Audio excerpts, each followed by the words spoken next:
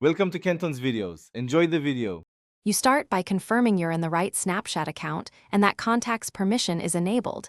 This ensures the app can suggest people you know. Once done, open the Friends screen and tap the search box immediately so you can test lookups. You want to be ready to compare names, usernames, and Bitmojis quickly. Make sure you know at least one identifier: phone number, username, or display name. That saves time when Snapchat hides people you unfriended from simple views. Now perform focus searches. Type the exact username, then the display name, then the phone number if synced.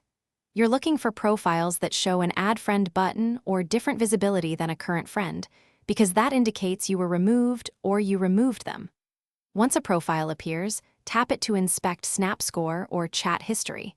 Absence of score often means you aren't friends. Also inspect your conversations and Snap Map for residual stories or location pins that confirm prior connection. Finally, if you find the person and an Add Friend button is present, tap it to restore the connection and send a quick message to verify identity. That immediately recreates the friendship. If the profile is missing or appears blocked, check your blocked list and your privacy settings because those can hide people you unfriended. If nothing shows, update Snapchat, clear cache, and retry.